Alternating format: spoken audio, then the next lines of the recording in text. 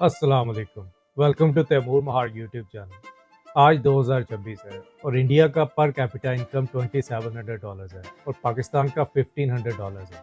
India almost दो गुना आगे है, लेकिन ये हमेशा ऐसे नहीं था।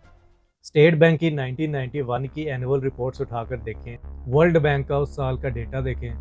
पाकिस्तान की पर कैपिटा इनकम उस वक्त $380 थी और इंडिया की $306 थी।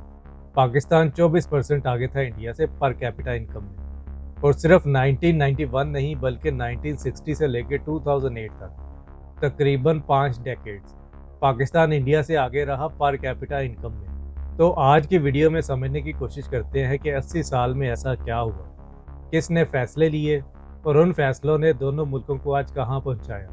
8 मेजर इकोनॉमिकल डिसीजंस इन दोनों मुल्कों के, 4 डिसीजंस पाकिस्तान के हुक्मरानों के और 4 डिसीजंस इंडियन रूलिंग पार्टीज के।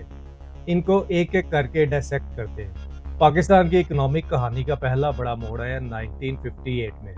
अयूब खान मार्शल लॉ लगाते हैं और जो डेकेड शुरू होता है इसको डेकेड ऑफ डेवलपमेंट का नाम दिया जाता है। अयूब खान ने 4 बड़े फैसले लिए। पहला फैसला था कैपिटल को कराची से इस्लामाबाद शिफ्ट करना, एक नया सिटी प्लान करना। दूसरा तरबेला और बंगला डैम बिल्ड किया। तीसरा और सबसे इम्पोर्टेंट फैसला प्राइवेट सेक्टर को खुला हाथ दिया। इंडस्ट्रियलिस्ट को सब्सिडीज दी, टैक्स एग्जेम्पशंस दी और इंपोर्ट्स को लिबरलाइज किया और साथ में कराची को इंडस्ट्रियल हब भी बनाया। उसके बाद एक ग्रीन रेवोल्यूशन का आगाज किया। वीट और कॉटन की आउटपुट डबल हुई इस डेकेड में। और फिर 1960s में पाकिस्तान की जीडीपी ग्रोथ 6.8% पर ईयर रही। यह 60s के डेकेड में दुनिया की चौथी सबसे तेज बढ़ने वाली इकोनॉमी थी। और एक बात जो बहुत कम लोग जानते हैं, साउथ कोरिया ने 60s में पाकिस्तान का 5 ईयर प्लान कॉपी किया था। आज साउथ कोरिया 35,000 पर कैपिटा पे बैठा हुआ है और पाकिस्तान 1500 पर कैपिटा पे बैठा हुआ है। लेकिन अयूब खान की ही कुछ पॉलिसीज ने एक बहुत बड़ा स्ट्रक्चरल प्रॉब्लम बनाया जिससे अभी भी हम डील कर रहे हैं। पाकिस्तान के 66% इंडस्ट्रियल एसेट सिर्फ 22 फैमिलीज के पास थे।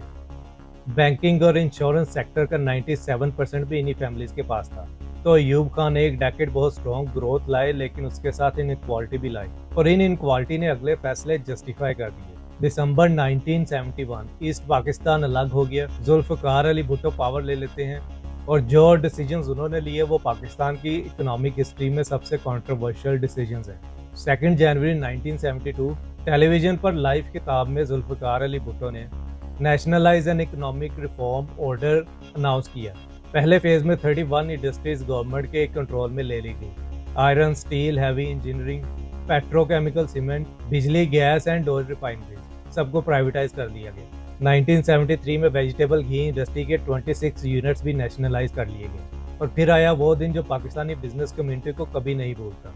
1 जनवरी 1974 एक ही दिन में 13 banks, 12 insurance companies, 2 oil companies और 10 शिपिंग कंपनीज, इन सबको नेशनलाइज कर दिया गया।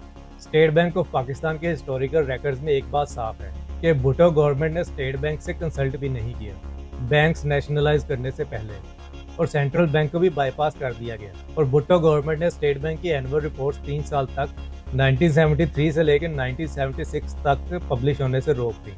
वजह स्टेट बैंक क्रिटिकल था गवर्नमेंट की पॉलिसीज का। 1976 में flour mills, rice mills, cotton ginning और भी छोटे बिजनेसेस नेशनलाइज कर लिए गए। इस सब का इकोनॉमिक असर ये था कि 1960s में जीडीपी ग्रोथ 6.8% थी और 1970s में गिरकर 4.8% रह गई। मैन्युफैक्चरिंग ग्रोथ 9.9% से 5.5% पर आ गई। कैपिटल फ्लाइट शुरू हो गई, इंडस्ट्रियलिस्ट गल्फ चले गए और बैंकिंग सेक्टर में पॉलिटिकल लॉन्स का सिस्टम शुरू हो गया। लेकिन एक बात ऑनेस्टली ऐड करनी पड़ेगी कि भुट्टो साहब की गवर्नमेंट ने कुछ पॉजिटिव भी किया। बैंक्स ने विलेजेस लेवल तक ब्रांचेस खोली।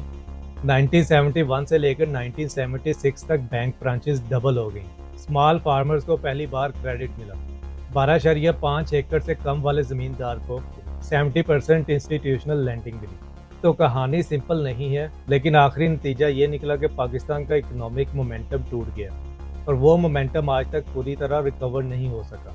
फिर आता है ईयर 1977 का और जुलाई 1977 में ज़िया-उल हक मार्शल लॉ लगा देते हैं भुट्टो साहब को हटाकर।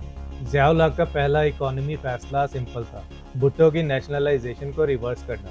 ऑलमोस्ट 2000 गिनिंग मिल्स वापस की, प्राइवेट सेक्टर को फिजिकल और नॉन फिजिकल इंसेंटिव्स दिए, और फिर जियोग्राफी और जियोपॉलिटिक्स के खेल में पाकिस्तान फ्रंट लाइन पर खड़ा होता है। दिसंबर 1979 सोवियत यूनियन अफगानिस्तान को इन्वेड करता है और पाकिस्तान फ्रंट लाइन स्टेट बन जाता है, और फिर पैसा आने लगता है हर तरफ से। कांग्रेशनल रिसर्च सर्विस के वेरीफाइबल डेटा के मुताबिक 1980s और 1990s के बीच अमेरिका ने पाकिस्तान को $5.2 बिलियन दिए। इकोनॉमिक और मिलिट्री एड मिलाकर सऊदी अरेबिया, यूएई, कुवैत सब पैसे दे रहे थे, और लाखों पाकिस्तानी माइग्रेट भी कर चुके थे गल्फ में। स्टेट बैंक ऑफ पाकिस्तान की एनुअल रिपोर्ट्स के मुताबिक 1983 तक पाकिस्तान को $3 बिलियन पर ईयर रेमिटेंसेस आ रही थी। रिजल्ट पाकिस्तान इकोनॉमिक सर्वे के मुताबिक जियाउल हक के 11 साल में एवरेज जीडीपी ग्रोथ 5.8% थी। ये पाकिस्तान की हिस्ट्री में किसी भी सिंगल डेकेड की हाईएस्ट ग्रोथ रेट है। साथ में जियाउल हक ने एक और काम भी किया, इस्लामाइजेशन ऑफ इकोनॉमी। 1980s में ज़कात और अशर ऑर्डिनेंस पहली बार इस्लामिक टैक्सेशन सिस्टम फॉर्मल किए। बैंक्स में profit and loss sharing accounts introduce हुए, रिबा यानी इंटरेस्ट खत्म करने की कोशिशें हुई, और फेडरल शरीयत कोर्ट कायम हुई। आज 40 साल के बाद पाकिस्तान का इस्लामिक बैंकिंग सेक्टर इसी बेस पर चल रहा है। लेकिन एक बात क्लियर है, जियाउल हक के टाइम की ग्रोथ स्ट्रक्चर रिफॉर्म पर नहीं थी। ये ग्रोथ एड, रेमिटेंसेस और अफगान वॉर इकोनॉमी की वजह से थी। लेकिन ये पाकिस्तान की गलती नहीं थी, जियोपॉलिटिक्स ने ये हालात बनाए। लेकिन पाकिस्तान ने इस दौरान वो स्ट्रक्चरल रिफॉर्म्स नहीं बनाए जो आगे जाके डिपेंडेंसी कम कर सकते थे। ये चॉइस थी, और फिर सोवियत यूनियन 1991 में गिरा और ये पूरी गेम भी खत्म होगी। अब चलते हैं इंडिया की तरफ। इस दौरान इंडिया क्या कर रहा था? जुलाई 1991 इंडिया की फॉरेन रिजर्व्स इतनी कम हो गई कि वो सिर्फ 2 हफ्तों के इंपोर्ट्स अफोर्ड कर सकता था। रिजर्व बैंक ऑफ इंडिया ने 67 ton gold bank of England और स्विट्जरलैंड में गिरवी रखवाया। यह ह्यूमिलिएशन मूवमेंट था इंडिया के लिए। और फिर प्राइम मिनिस्टर नरसिम्हा राव ने फाइनेंस मिनिस्टर बनाया डॉक्टर मनमोहन सिंह को, जो कि एक ऑक्सफोर्ड ट्रेंड इकोनॉमिस्ट थे। 24 जुलाई 1991 को मनमोहन सिंह बजट स्पीच देते हैं लोकसभा में, और एक ही दिन में इंडिया का पूरा इकोनॉमिक सिस्टम चेंज कर देते हैं। 5 डिसीजंस थे इस बजट में। डिसीजन नंबर 1, लाइसेंस राज को खत्म करना। पहले इंडिया में अगर आप फैक्ट्री एक्सपेंड करना चाहते, नई मशीन्स लगाना चाहते या नई प्रोडक्ट लॉन्च करना चाहते, तो इन सब के लिए एक गवर्नमेंट लाइसेंस चाहिए था। लेकिन एक ही दिन में मनमोहन सिंह ने इस सारे सिस्टम को खत्म कर दिया। दूसरे नंबर पर एक्सपोर्ट्स को लिबरलाइज किया। टैरिफ्स 87% से गिराकर 25% पर लाए गए। इससे फॉरेन गुड्स मार्केट में आना शुरू हो गई। तीसरा डिसीजन था फॉरेन इन्वेस्टमेंट को वेलकम करना। पहली बार 51% फॉरेन ओनरशिप अलाउ ही इंडिया में। चौथा बड़ा डिसीजन था इंडियन रुपये को डिवैल्यू करना 18%। इससे एक्सपोर्ट्स काफ़ी ज़्यादा कम्पिटिटिव हो गई। और पांचवा बड़ा डिसीजन था टैक्स सेक्टर को फ्रीडम देना। सॉफ्टवेयर कंपनीज को स्पेशल जोन्स में टैक्स एग्जेम्पशंस दिए गए, और इस पांचवें फैसले से इंडिया के टैक्स सेक्टर में बहुत बड़ी कंपनीज की बर्थ हुई।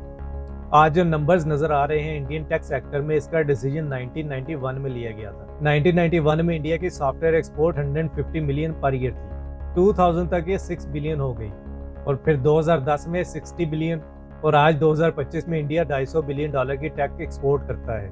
ये पाकिस्तान की पूरी इकोनॉमी का 60% है। बेंगलोर आईटी का कैपिटल बन गया। इंडिया की मिडिल क्लास एक्सप्लोड हुई, और बहुत बड़ी बड़ी फॉरेन कंपनीज आई। एक बात तो क्लियर है, ये एक्सटर्नल लक नहीं थी बल्कि इंटरनल डिसीजंस थे, और यही वो फैसले हैं जो पाकिस्तान उस वक्त नहीं ले सका। 1990s में पाकिस्तान को अमेरिका एड देना बंद कर चुका था, और हर 2 साल बाद गवर्नमेंट चेंज हो रही थी। अक्टूबर 1999 जनरल परवेज मुशर्रफ एक कू के जरिए पाकिस्तान के अंदर पावर में आते हैं। पाकिस्तान की इकोनॉमी उस वक्त एक डिजास्टर थी। जीडीपी ग्रोथ गिरकर 3.6% पर आ चुकी थी। फॉरेन डेट $45 बिलियन था, और फॉरेन रिजर्व्स में सिर्फ $1 बिलियन थे, जो कि सिर्फ 6 हफ्तों के इंपोर्ट को कवर करते थे।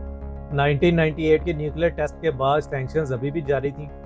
मुशर्रफ साहब ने फाइनेंस मिनिस्टर बनाया शौकत अजीज को, जिनको इंटरनेशनल बैंकिंग का तजुर्बा था, और शौकत अजीज ने वो काम करना शुरू किया जो मनमोहन सिंह ने 1991 में किया था, अग्रेसिव स्ट्रक्चरल रिफॉर्म्स।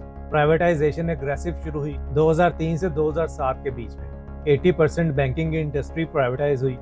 हबीब bank, united bank, allied bank सब प्राइवेटाइज हो गए। WTO की रिक्वायरमेंट के मुताबिक टैरिफ्स गिरे और ट्रेड बैरियर्स कम हुए। Foreign direct investment record level पर पहुंची। इन्वेस्टमेंट टू जीडीपी रेशियो 23% पर पहुंची। पाकिस्तानी इकोनॉमिक सर्वे के मुताबिक 2004 से लेकर 2007 तक जीडीपी ग्रोथ 9% तक रही। ये ग्रोथ पाकिस्तान ने पहले कभी अचीव नहीं की थी। तकरीबन 12 मिलियन नई जॉब्स क्रिएट हुई जनरल मुशर्रफ के 9 सालों में। प्राइमरी स्कूल इनरोलमेंट बढ़ी और डेट टू जीडीपी रेशियो कम हुई। लेकिन जब 2008 में जनरल मुशर्रफ की गवर्नमेंट गिरी तो किसी और गवर्नमेंट ने इन रिफॉर्म्स को कंटिन्यू नहीं किया। पीपल्स पार्टी की गवर्नमेंट 2008 से 2013, नवाज शरीफ की 2013 से 2018, पीटीआई 2018 से 2022, पीडीएम की 2022 से 2024, इन चार गवर्नमेंट में से किसी ने भी स्ट्रक्चरल रिफॉर्म्स कंटिन्यू नहीं किए।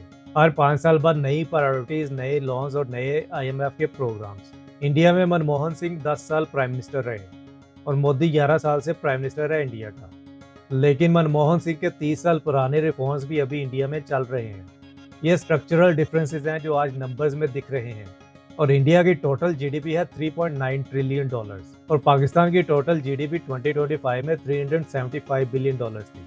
इंडिया की इकोनॉमी पाकिस्तान से 10 गुना बड़ी है। पर कैपिटा इनकम में भी इंडिया आगे है। इंडिया $2700 पे बैठा हुआ है और पाकिस्तान $1500 पर। टेक एक्सपोर्ट्स की बात करें तो इंडिया $250 बिलियन की पर साल करता है और पाकिस्तान 3.2 बिलियन की करता है। फॉरेन डायरेक्ट इन्वेस्टमेंट की बात करें तो इंडिया में $70 बिलियन की 2025 में इन्वेस्टमेंट आई है और पाकिस्तान में $2.2 बिलियन की। Education spending percentage of GDP India की 2.4% है और पाकिस्तान की 1.7% है। Defence spending percent of GDP India की है 2.4% और पाकिस्तान की है 3.5%। ये नंबर्स बहुत हार्ड हैं लेकिन ये सच है। एक सवाल आता है कि इंडिया की पॉपुलेशन पाकिस्तान से ज़्यादा है इसलिए उनकी जीडीपी भी ज़्यादा है। लेकिन मेरा ये सवाल है, जीडीपी तो ज़्यादा हो सकती है इंडिया की, लेकिन पर कैपिटा इनकम क्यों कम है पाकिस्तानियों की। तो ये थे आज के फैक्ट्स इंडिया और पाकिस्तान की इकोनॉमी के बारे में। Thank you for watching. अल्लाह हाफिज़।